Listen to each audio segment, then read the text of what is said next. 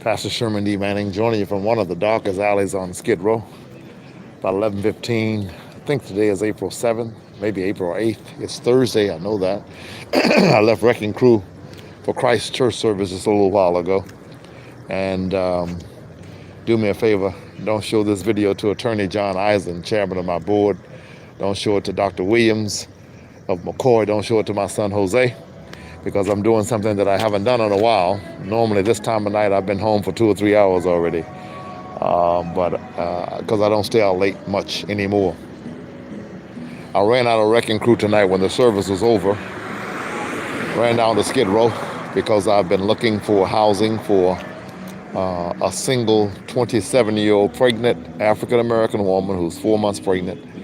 And I've been on the phones and off the phones and playing tag telephone all day long today, Thursday, 2021, in April. And again, I think it's April 8th. It is Thursday.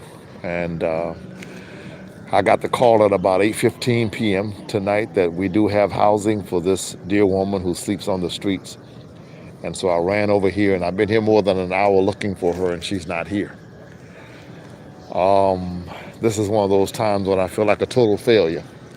First of all, I'm on one of these streets that you never catch the mayor, the city council, or any of these other fabulous politicians who claim to be so concerned about the homeless. And I'm sure some of them are sincere, and some of them are not, just like the rest of us. Some are, and some are not. But you never catch them here dead, because they couldn't survive on a street like this. And it's not that I'm so bad, but it's because God is so good. Quite frankly, full disclosure, I'm being trailed by two homeless gentlemen right now. One of the gentlemen is about 6'7", and he is right behind me. And the other one is about 6'2". They're both homeless gentlemen who saw me tonight, and they know me from YouTube, from the homeless parties, from Yes We Can Worship Center and all of that. And honestly, they said, "Pastor, where are you going?" I said, "I'm looking for so-and-so." They said, "You can't go down this street by yourself, Pastor. We're going to follow you."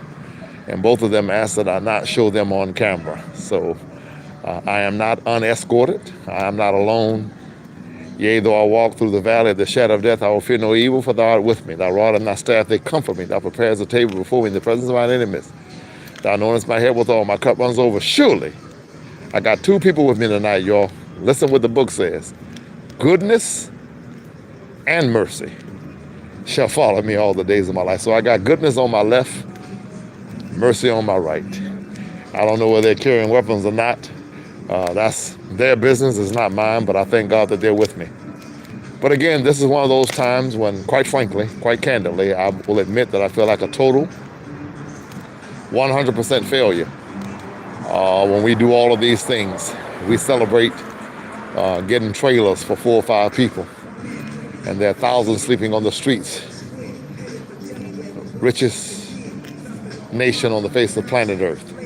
I hope that this new president, Joe Biden, in whom I like him, he seems to be a very good guy, quite empathetic. I hope that his new Secretary of HUD, Marcia Fudge, will come talk to me. Come talk to these people. There are women and children sleeping on these streets tonight. Wealthiest nation on planet Earth. Women and children.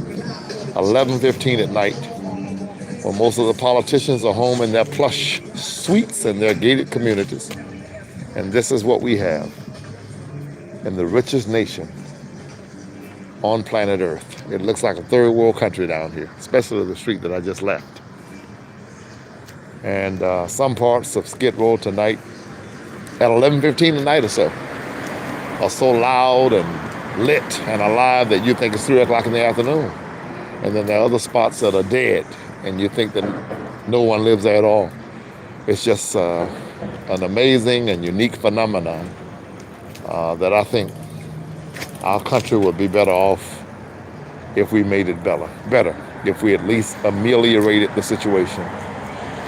And most of what I see is a bunch of politicians talking smack, plan another meeting, let's get together, let's have some coffee and donuts, let's pat each other on the back and talk about how great we are and keep the line moving.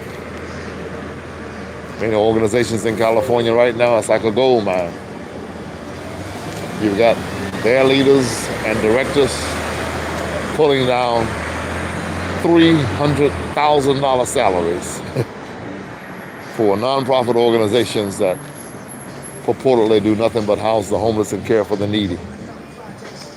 Do I think there's something wrong with someone earning $300,000 a year? $300,000 a year? Well, quite frankly, I do.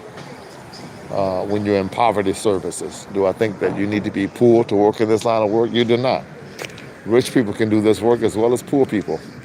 But I do not think that someone who supposedly is helping the homeless and has this passion and compassion for those who are less fortunate than we are sleeping on the street, that these individuals ought to be pulling down 6 and 7 figure incomes. It's like you're profiting off of poverty. Poverty pimps, I would call them. Anyway, I didn't find who I was looking for. Guess I'll go home now. But maybe someone watching can send this to Secretary of HUD, Marcia Fudge. And just as a reminder to her that since she says homelessness is a priority to her, that there are some foot soldiers, such as Pastor Sherman D.Manning and Yes We Can Worship Center. There are some foot soldiers, people who actually do the work every day. We do it when we have funding. We do it when funding dries up, as it has now. We keep doing it day and night. Keep doing it day and night. I want to finish by saying this. I'm cold right now. It's literally cold. I have on a t-shirt, I have on a shirt, I have on a tie, suit jacket, suit coat, whatever you want to call it, pair of pants, socks, and a mask. And it's like, I'm not just glad to have the mask on for COVID-19 tonight. I'm glad to have the mask on because it's warming my face up a little bit. My point is this. I can't wait to get to my comfortable van where it's warm, where I can sit down and not be cold anymore. And I was just thinking earlier, what would I feel like if as I take these very steps right now, I knew that I was just stepping to my tent to lay down on the ground and go to sleep? What would I feel like if I knew that I was just stepping right over there on the ground with one of these other people who are sleeping on the streets? What must it feel like to be in this situation in the wealthiest nation on planet Earth?